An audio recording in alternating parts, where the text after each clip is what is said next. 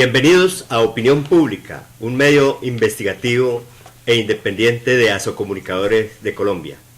Bien, a todos nuestros cibernautas, internautas, bienvenidos a este gran programa que tenemos en el día de hoy.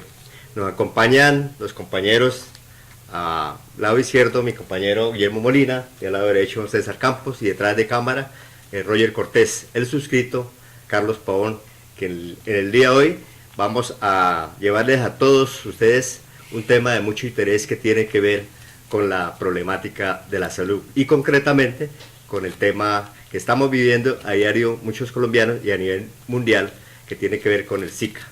Bueno, bienvenido mi querido amigo Guillermo Campos, Guillermo Molina. Bueno, muy buen día a todos los teleaudientes. Hoy efectivamente vamos a tratar un tema supremamente interesante y hay unos análisis y reflexiones para tratar de buscar realmente la raíz del problema y que todos entendamos lo que está sucediendo a nivel municipal, a nivel regional, departamental, nacional y mundial. Bueno, bienvenido César Campos. Gracias Carlos, saludo especial a la audiencia que nos acompaña a esta hora. Como decía Guillermo, temas de interés que están relacionados específicamente con la salud pública. Bueno, en el día de hoy pues creemos que con este tema de mucho interés para todos los colombianos, para todos los que están afectados lógicamente a la población colombiana, que nos preocupa con ese tema de lo que es el Zika, y que pues es que especulan muchas situaciones que inclusive nosotros como agremiación de Asocomunicadores y como medio alternativo de opinión pública queremos brindarles a todos unos conocimientos y nuestra opinión acerca de este tema que vamos a tratar a continuación. Bueno, recordémosle a todos y brindándole un apoyo, digamos técnico, mi querido Guillermo, amigo de opinión, ¿de dónde nace el Zika? ¿Cómo se relaciona el Zika? ¿Cómo nació? ¿De dónde proviene?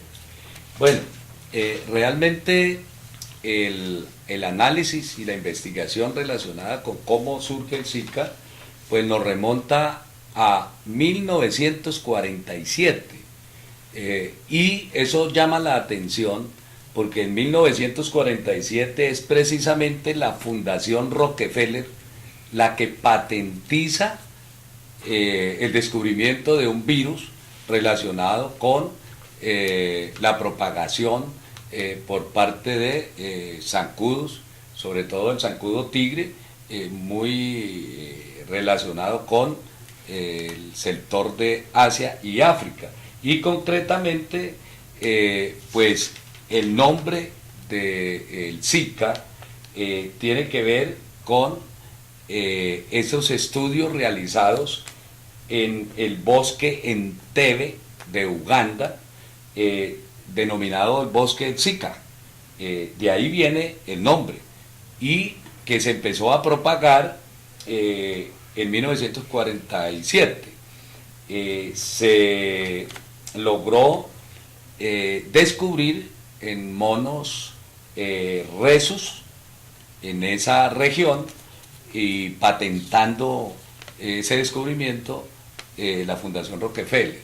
La Fundación Rockefeller pues no es una fundación pues como las Hermanitas de la Caridad, es toda una patrocinadora de patentes y de multinacionales de las farmacéuticas, de ahí que ha habido indudablemente análisis muy relacionados con alguna manipulación referida a genética de algunos mosquitos. El virus del Zika está muy relacionado con el dengue, está muy relacionado con el chikungunya, con la fiebre amarilla, con el virus del Nilo Occidental y con la encefalitis japonesa. Los científicos pues la relacionan porque de alguna manera son virus ocasionados por zancudos y por insectos, igualmente con garrapatas, y por eso pues están dentro de los denominados virus filovirus, ¿cierto? Que así se le denomina, flavivirus, en concreto, flavivirus, porque su contagio lo realizan zancudos al ser humano. Pero no obstante, esta serie de virus pues se han venido generando desde hace mucho tiempo a la sociedad humana y el problema de ellos es que los gobiernos deben velar por la prevención y la salud no ocasionalmente, sino de manera permanente, haciendo campañas educativas y no solamente campañas de educación, sino también controlando los focos para que la propagación no se realice y no afecte a la población, sobre todo a la población vulnerable, que es la población más pobre. ¿Qué nos va a agregar, César? No, pues Guillermo ha hecho una sinopsis sobre el desarrollo del Zika. Solamente agregar que a Colombia llega a partir del 2013 y que ha venido afectando a la población de una manera devastadora, y el Ministerio de Salud, las autoridades de salud pública realmente no han hecho mucho al respecto. Es una enfermedad que incapacita, por lo tanto entonces también refleja un gran problema en el ausentismo laboral, y frente a eso, pues como decía anteriormente, como no hay una vacuna específicamente, vamos a esperar a ver si de pronto los laboratorios, que son los que viven de enfermedades que se crean a veces en el laboratorio, puedan sacar una vacuna frente a eso, pero esencialmente es importante que no solamente los medios de comunicación, sino que las autoridades de salud encargadas de ese frente, pues miren a ver qué estrategias utilizan para que la población no sea afectada frente a una enfermedad de tipo vírica como es el Zika, el chikungunya o el dengue. Bueno, recordémosles a nuestros cibernautas, internautas y a toda la población colombiana que el 80% de nuestra población está afectada, lógicamente, por nadie se salva de ese zancudito que usted mencionó, tigre, sí, porque eso está en todas las regiones que están por debajo del nivel de 2.200 metros, y incluyendo el caso de Tolima también se incluye, pero ahí hay que darles a la población medidas alentadoras, porque esas cuestiones se pueden prevenir, y hay campañas, digamos, muy digamos, que se pueden hacer en la casa, en el lugar de no colocar llantas con depósitos de agua, que son los criaderos de esos zancudos. Entonces hay que evitar todas esas formas para que no puedan lograr expandirse esos zancudos, que son los que están afectando a nuestra población. Y otra cosa importante es resaltar de que ya hay más de 13.500 casos en Colombia de este problema de Zika. Sí, Carlos, frente a eso el Instituto Nacional de Salud dice que hay más de 31.000 casos, sí, y que por ejemplo departamentos como Norte de Santander, Huila, Cundinamarca, parte del Atlántico Tolima y el Tolima tienen un porcentaje de más del 56.4% de los casos de Zika que se desarrollan aquí. Esa es una de las últimas cifras que ha dado el Instituto Nacional de Salud frente a esa enfermedad. Entonces, lo que usted decía, de pronto lo podemos tratar más adelante, frente a qué hacer para evitar desde los hogares la propagación del famoso zancudo que usted denomina tigre, que es de dos clases, ¿no? Es el Aedes aegyptis, que es el que ha causado el dengue y la fiebre amarilla, y también hay otro que es el Aedes aegypti, es otra clase de zancudo que es muy similar a ese que usted denomina tigre, porque también tiene unas condiciones similares frente a cómo transmite la enfermedad que estamos mencionando aquí hoy. Bueno, Guillermo, usted mencionaba ahí en sus apuntes y en su comentario y sobre la opinión que da acerca del Zika, ¿qué diferencia lo que es el chikungunya, lo que es el dengue? Porque tiene relación y guarda relación con el Zika. Sí, indudablemente que sí. Pues el Zika tiene un periodo de incubación de 3 a 12 días, y sus síntomas tienen que ver con fiebre, sarpullido, dolor de las articulaciones, conjuntivitis. Es decir, que son que se le agrega pues a lo que tradicionalmente sentía la gente con el dengue, que viene un poco mucho más fuerte, sobre todo atacando el sistema nervioso y las articulaciones, de tal manera que y el brote y la conjuntivitis generalmente está muy asociado pues fundamentalmente a enfermedades endémicas de las regiones pues cálidas, ¿cierto? especialmente. Pero el problema no radica tanto en que existan estas enfermedades, sino en la prevención que deben hacer las autoridades sanitarias en relación a ello. Y lo otro, que en este momento han venido cayendo los gobiernos y los dirigentes. Vemos, por ejemplo, al presidente Santos afirmando que en una especie de visión apocalíptica, de que en Colombia se podían presentar más de 600.000 casos, que de entre ellos podrían haber más de 500 niños con microcefalia, de que había posiblemente 500 casos también de la enfermedad de Guillain-Barré, que ha sido relacionada, aunque no ha sido comprobada su relación. Lo mismo con la microcefalia. Y obedece fundamentalmente este llamado a un llamado de la Organización Mundial de la Salud, y se ha vuelto una situación casi endémica como la enfermedad, los llamados de la Organización Mundial de la Salud utilizando la histeria como una histeria inducida, pero detrás de toda esa histeria inducida de la situación de estos virus, pues hay que comentar que existen unas multinacionales que están muy empeñadas en vender desde el punto de vista farmacéutico algunos medicamentos para apaciguar, no para curar, para apaciguar esta dolencia que causa estos virus.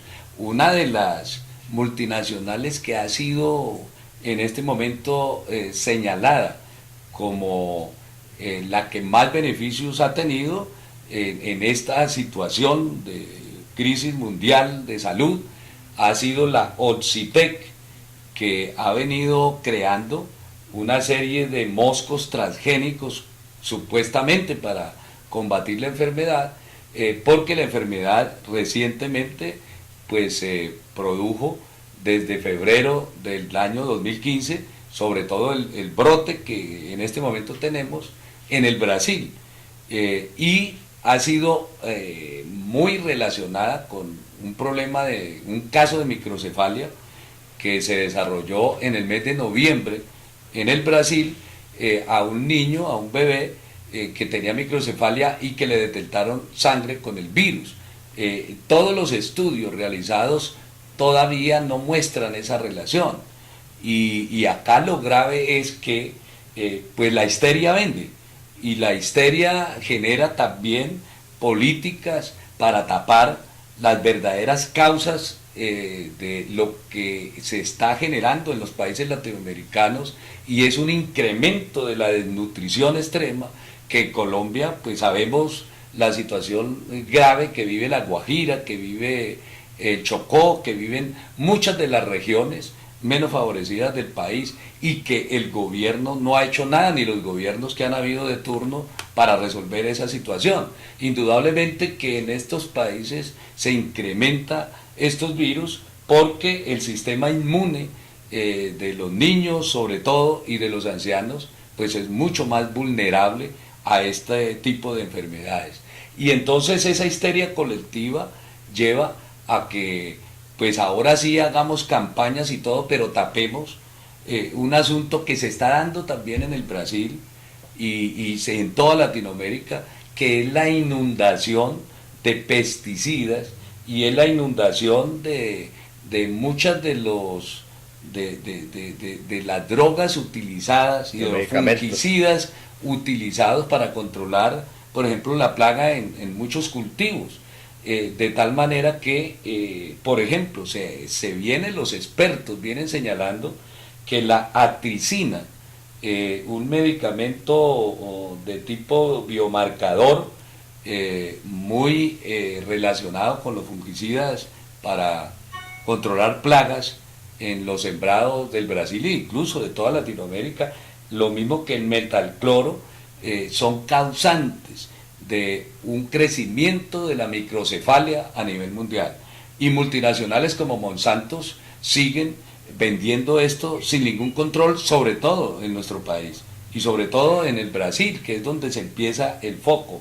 Y ese echada de la culpa al mosquito, pues realmente parece muy curioso, y los científicos manifiestan que pues en el fondo es para tapar esto. Existen, por ejemplo, también otro factor que ha venido denunciando organismos científicos de salud, sobre todo del Brasil, que es la utilización de la vacuna TDAP para, sobre todo, las mujeres embarazadas con problemas de microcefalia. Es decir, ahí detrás de eso ha habido una comercialización de unas vacunas para contrarrestar eso, pero en el foco, en el fondo, lo que ha habido es secuelas y consecuencias de los fungicidas y pesticidas que están inundando Latinoamérica.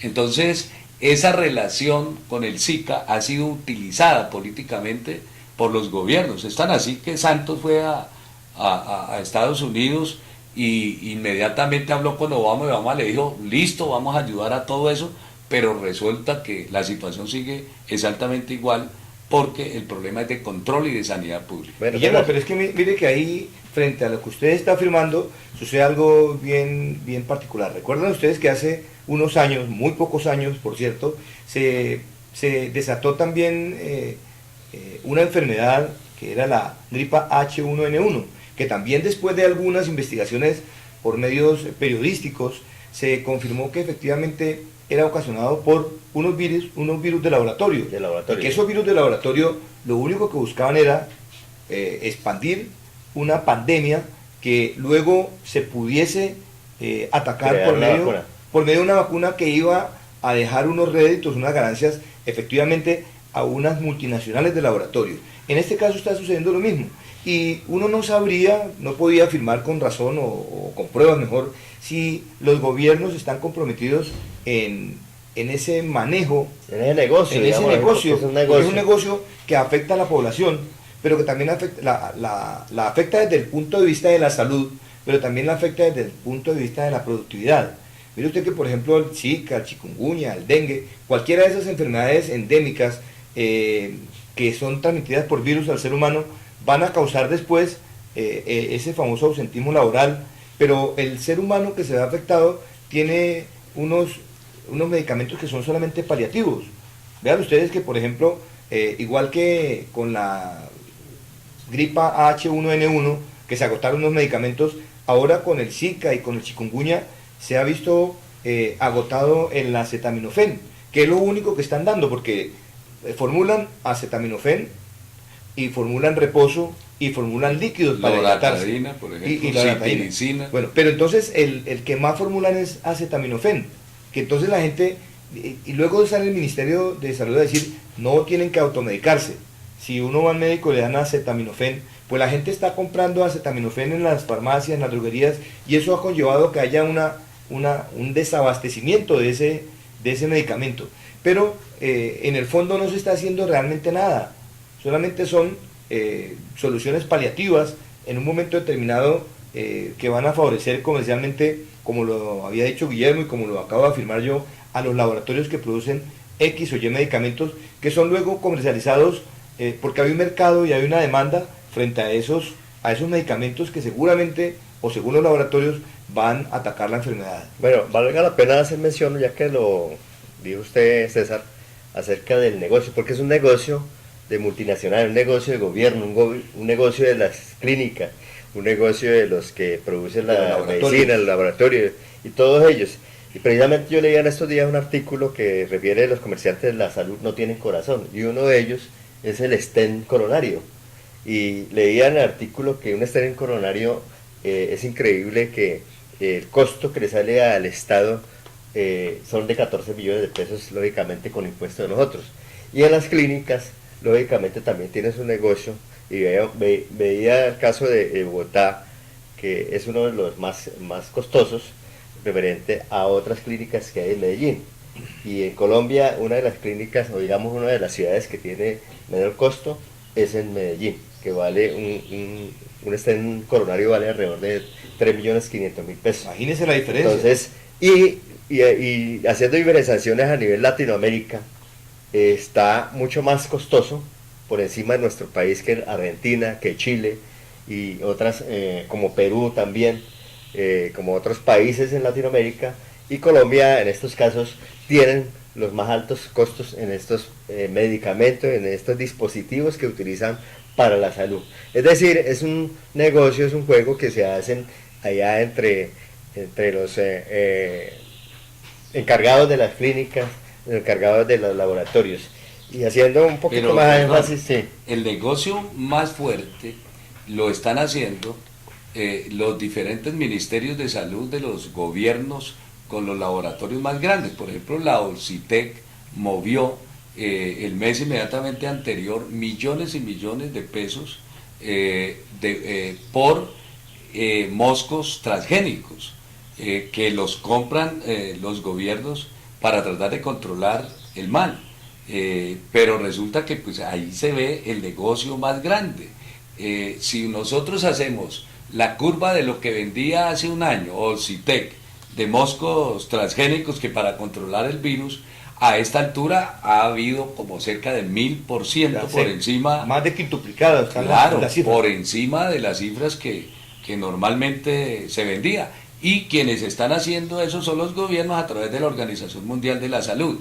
Además hay otra acusación que me parece también muy grave, que es la relacionada con sin todavía los estudios haber relacionado y haber demostrado que el virus del Zika genera en el problema de la microcefalia. Se ha venido planteando eso, generando de verdad una histeria colectiva que la inducen necesariamente a decirle a la gente, como lo dijo el mismo Santos y como lo han dicho los gobernantes, de que en este momento se debe tener restricciones para los embarazos. Es decir, en el fondo lo que está haciendo la Organización Mundial de la Salud es a instar a la gente a no embarazarse por el problema del Zika, y eso lo que conlleva en términos, ¿no? Claro, en términos concretos, es un arma eugenésica para controlar la población. Sí, entonces no ha habido en absoluto todavía esa relación, pero más bien no hay una investigación seria sobre el uso de esos pesticidas, o sí la ha habido. Lo que pasa es que los gobiernos la dejan de lado. La relación que tienen los fungicidas, pesticidas que están utilizando en este momento para controlar plagas de cultivos en el surgimiento y crecimiento de la microcefalia en Latinoamérica. Yo me acuerdo en la década del 60 al 70 acá en Ibagué, cuando empezaron a utilizar una serie de fungicidas acá, que empezaron a salir unos niños con problemas de labio leporino y con problemas de extremidades incompletas y torcidas, etcétera, generadas precisamente por la mutación que obra esa serie de pesticidas. Y afortunadamente eso pasó porque fue controlado, esa serie de pesticidas que vendía en ese entonces también Monsanto.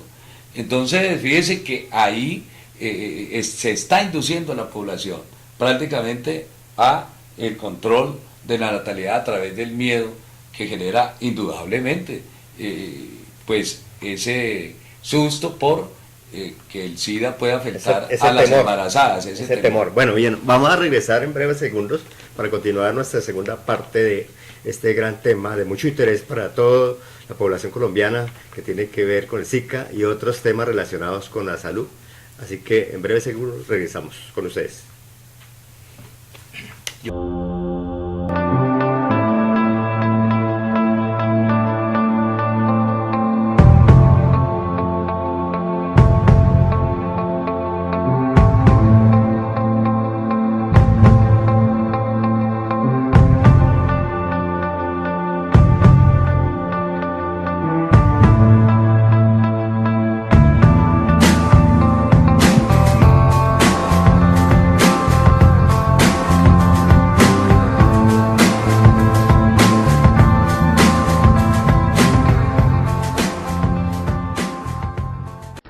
en el agua que bebemos, en los alimentos que preparamos, Agua Viva O3 tiene la solución. Con el sistema de doble acción, agua filtrada y purificada, le brinda agua de la mejor calidad, más pura y más conveniente para la salud. Ahorre dinero, toma una decisión más clara. A la hora de elaborar los alimentos, emplea el sistema más completo para cocinar con un mínimo de agua. Los alimentos se cocinan con sus vapores naturales. La comida luce mejor, sabe mejor y es mejor. Y obtenga más elementos nutritivos. Imagínese las posibilidades. Ahorre tiempo, energía y dinero. La decisión es suya. Tenga todo esto y mucho más mejorando la salud en Agua Viva O3, porque la salud y la familia son factores más importantes en nuestras vidas.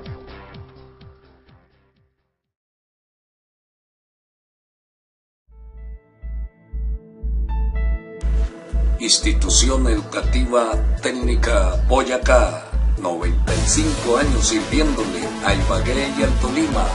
Ofrece preescolar, básica primaria, aceleración, básica secundaria, ciclos en jornada nocturna, bachillerato académico, bachillerato técnico empresarial, técnico en arte, comunicación social, periodismo, bachillerato con énfasis en ciencia y tecnología. Matricúlese ya. Carrera Quinta, calle 20 esquina, Ibagué.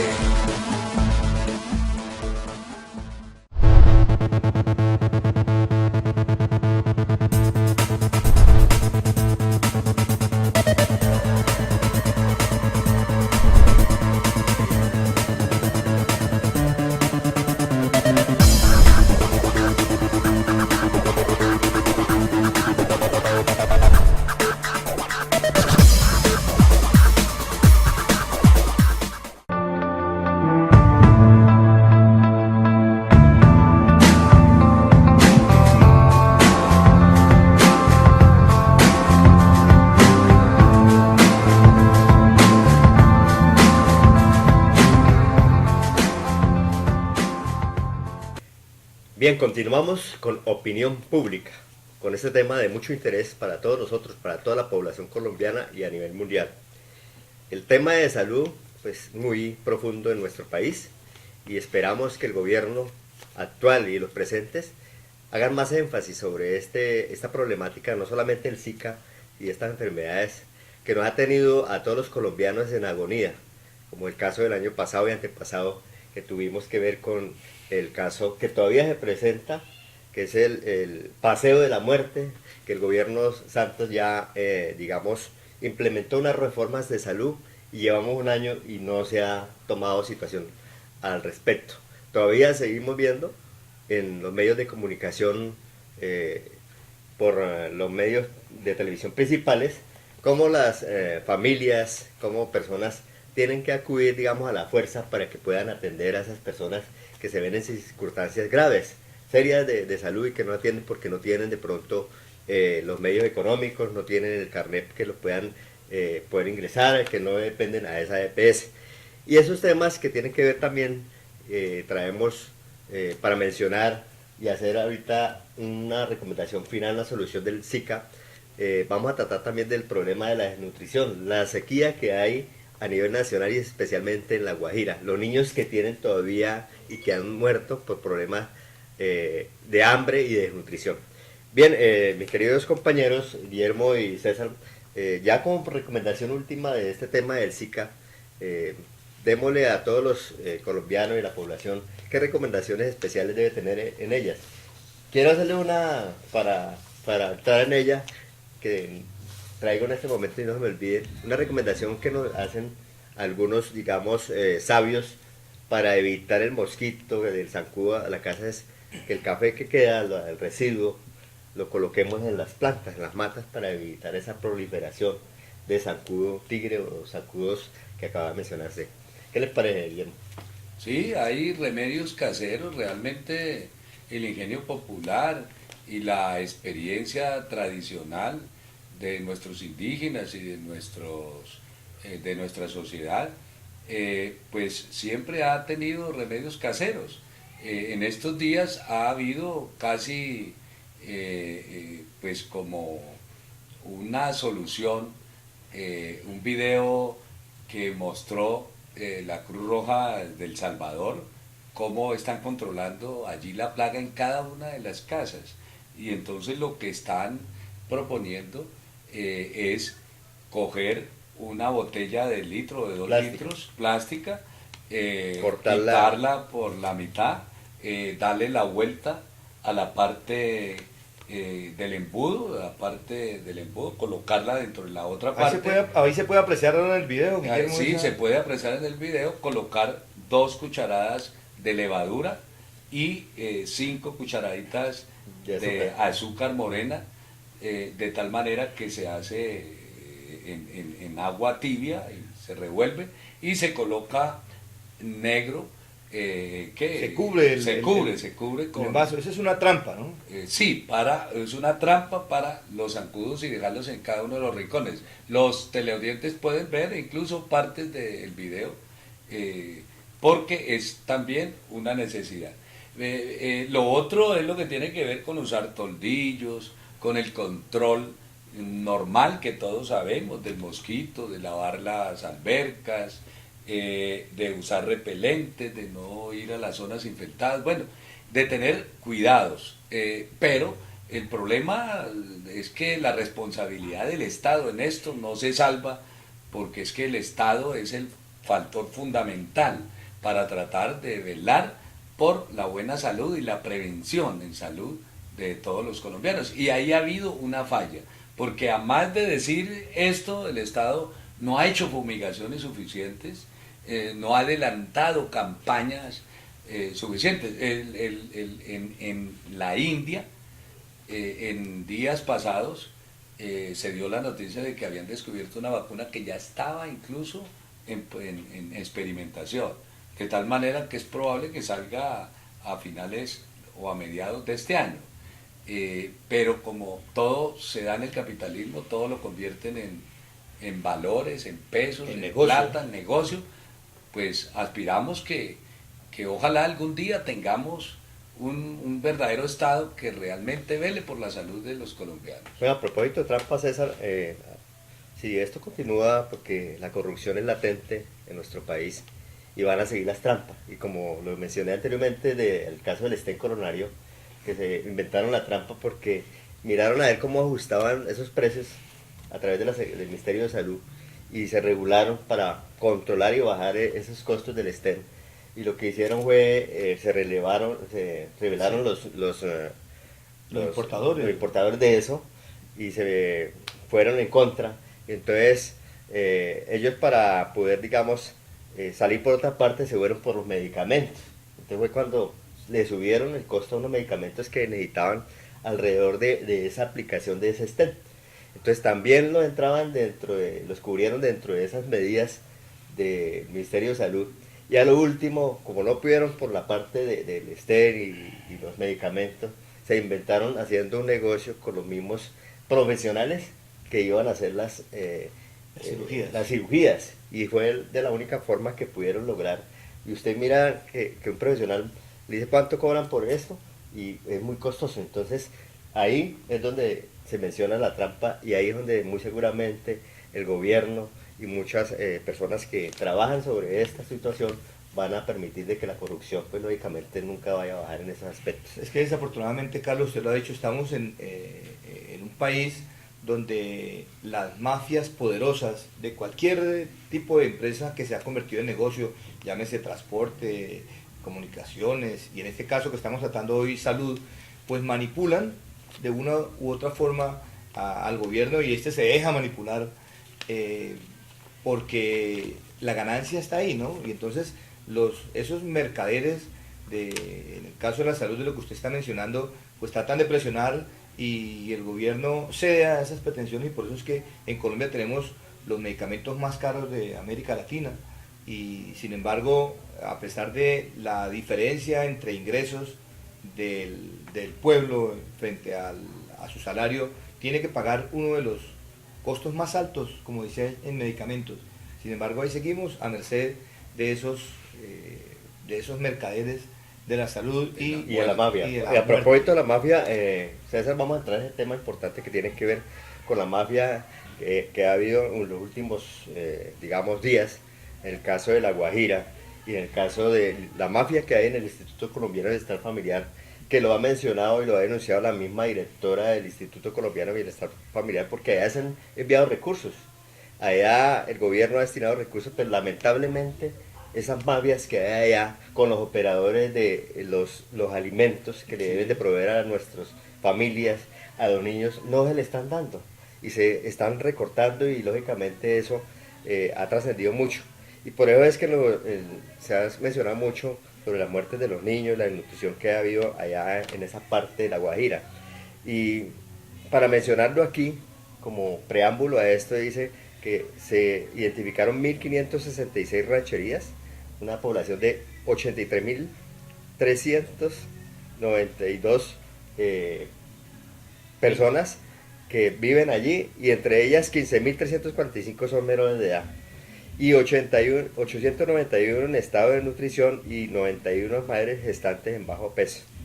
Y el gobierno ha logrado unir a un programa que ellos estableció de primera infancia a 4.000 niños que estaban, digamos, fuera de la cobertura que no le han ofrecido a través de esos recursos que habían destinado y que se estaban desviando para otras cosas menos para ayudar a los niños. Entonces, hagamos mención sobre eso, Guillermo, porque la verdad es lamentable ver a diario cómo nuestro país, que es rico en tantas cosas, podamos todos los días estar viendo las noticias en los medios de prensa, en los medios de radio, escuchando cómo La Guajira y ese sector donde lamentablemente la familia y los niños son los más perjudicados en ese aspecto. Bien.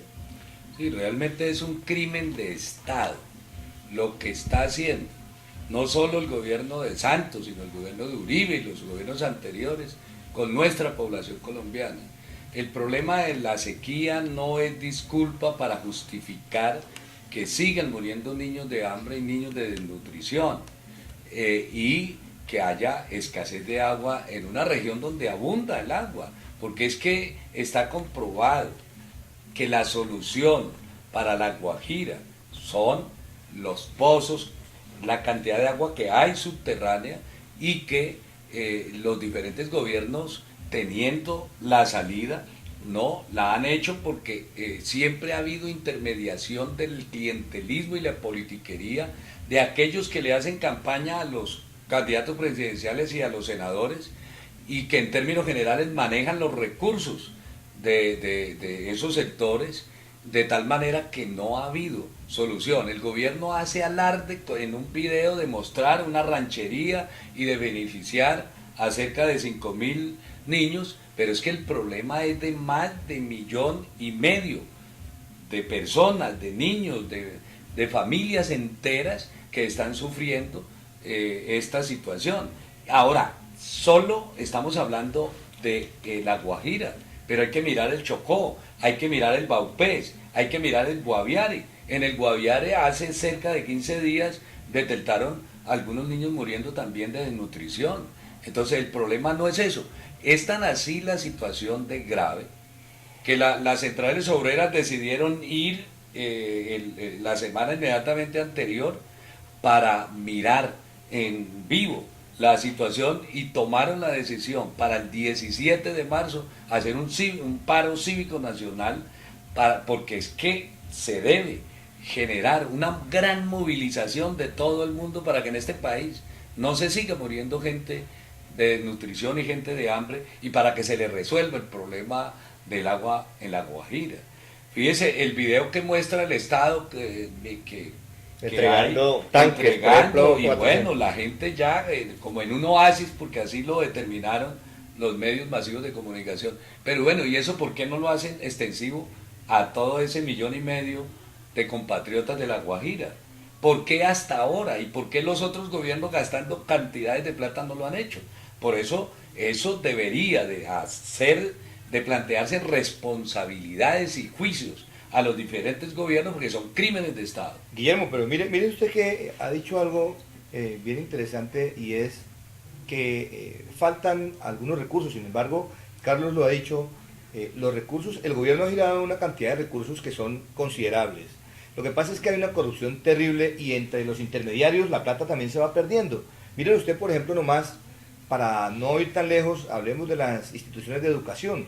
Los refrigerios que les dan a los niños son los refrigerios que en ocasiones los alimentos están pasados, las frutas están dañadas. Caso concreto querido aquí con el operador que tenían con Pereira. Con los operadores que son incluso externos, pero que se manejan porque hay unas mafias terribles que manejan y que están pelechando de los recursos del gobierno. Entonces, el gobierno muy cómodamente de Bogotá gira unos recursos.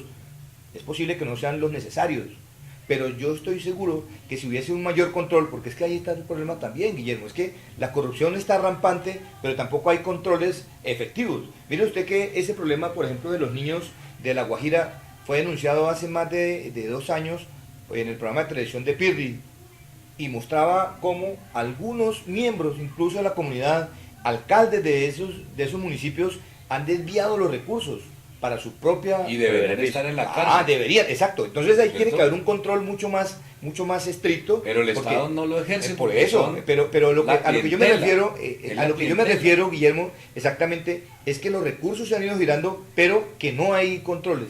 No se están girando lo suficientemente, porque lo que usted dice es cierto. Es que la culpa no es del ladrón que el Estado lo deja robar. Pero también es de él, claro. Es claro, lo obvio, y hay que meterlo a la cárcel, pero el Estado es el que debe velar. Sí, claro. Debe estar ahí, pendiente de que eso se resuelva. Y no se resuelve, ¿por qué? Porque esa no es la prioridad de los dirigentes de nuestro país. Sí, Guillermo, es que el problema es crónico. Yo no estoy siendo defensor del gobierno a ultranza. Lo que quiero decir es que efectivamente sí se han girado recursos. Ahora, que el Estado no haga controles es porque posiblemente puede que no sea desde los mandos centrales, o puede que sí, porque usted sabe que la política va en un engranaje desde lo local hasta lo nacional. Entonces, si tú me ayudas, yo te ayudo, y empieza entonces el engranaje. Bueno, yo voy a girar estos recursos, ustedes verán a ver cómo los invierten. Y entonces viene el político de turno y dice, bueno, yo necesito ahí un porcentaje, y se va dando esa corrupción, por ejemplo, frente a los intermediarios, que es lo más grave. Miren que hace unos 3 años mostraron, por ejemplo, cómo la bienestarina era usada para alimentar cerdos. Y entonces uno dice, el gobierno puede mostrar cifras, miren, aquí hemos girado tantos recursos, pero no está haciendo ese control que usted menciona. Por ejemplo, ¿dónde está la Procuraduría, la Contraloría, que solamente está enfrascada, y las veedurías que solamente están enfrascadas en problemas netamente políticos? Oye, ¿qué me toca a mí? Los casos ya de jueces. Por eso no hay nada concreto.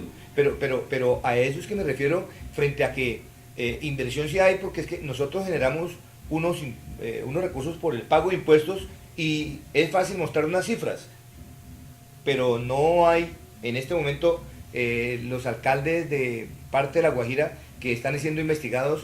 Está tapado, no ha pasado nada. Los recursos se han dilapidado y los niños se siguen muriendo de hambre, la gente se sigue muriendo de sed.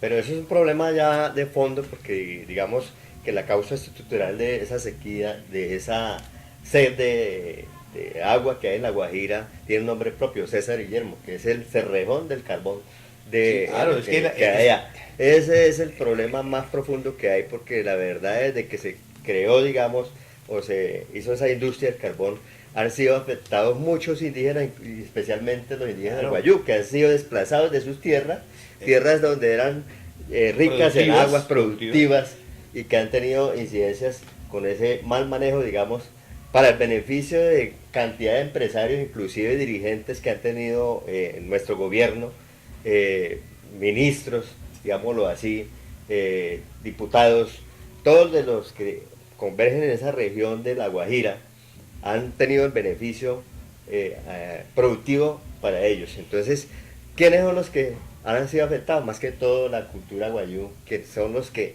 han mantenido hace muchos años esa región productiva, y que en este momento, digamos, fue desplazada por esa, digamos, también olvido y descuido también de ellos, porque muchas veces de ellos, de hacer denuncias, se cansaron y vieron que no podían hacer nada, y no tuvieron el apoyo del gobierno local, departamental, porque se llevaban los recursos para otro lado. Dos cosas que tienen que ver con eso no pasa solamente allá, Guillermo lo sabe. Por ejemplo, miren lo que pasó aquí en el Huila, con el Quimbo, toda esa gente que fue desplazada de esa región productiva y rica, y eso a la final va afectando la riqueza hídrica del país. Por ejemplo, lo que usted decía, en La Guajira habían ríos importantes como el río Ranchería, que poco a poco han ido desapareciendo, que su caudal ha sido mucho más pobre.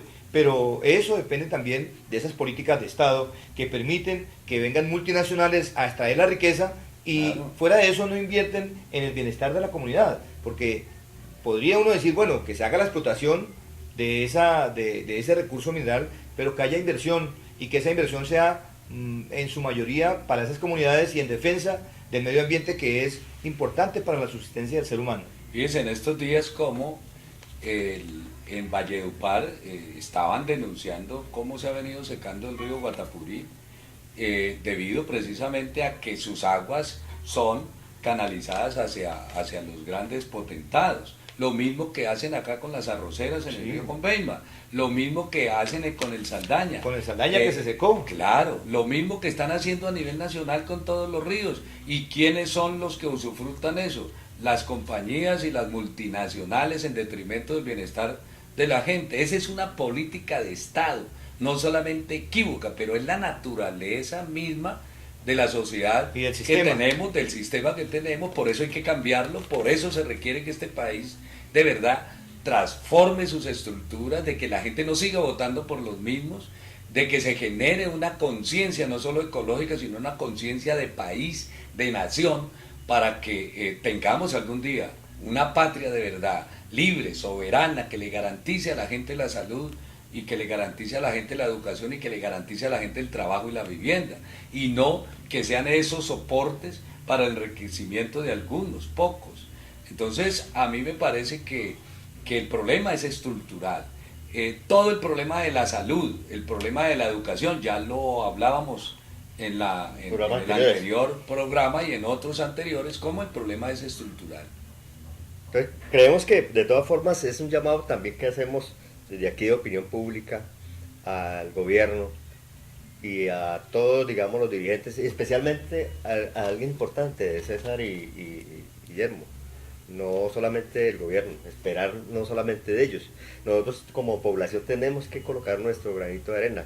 Yo me hacía la reflexión con comunidades que han tenido problemas de dificultades de agua aquí nomás en Ibagué, cerca por allá, donde nace la cuenca y resulta que se administran acueductos pero tienen olvidadas las cuencas, no se le invierten en las cuencas y eso es responsabilidad también de la población, de la comunidad, porque la comunidad debe estar pendiente si verdaderamente esas cuencas se están invirtiendo, se están cuidando, y eso es el problema también latente que ha ocurrido en muchas regiones de nuestro país, como el caso que pasó ahorita con la quema de árboles que hubo y el incendio que hubo en Paca, Sí. donde prácticamente muchas cuencas se quemaron y desapareció esas cuencas, esas fuentes hídricas que eran las que proveían el agua a esa región, y lamentablemente pues ahorita les ha tocado pedir aguas en tanques, traer agua de otras regiones, y eso es lamentable. Entonces esperamos de que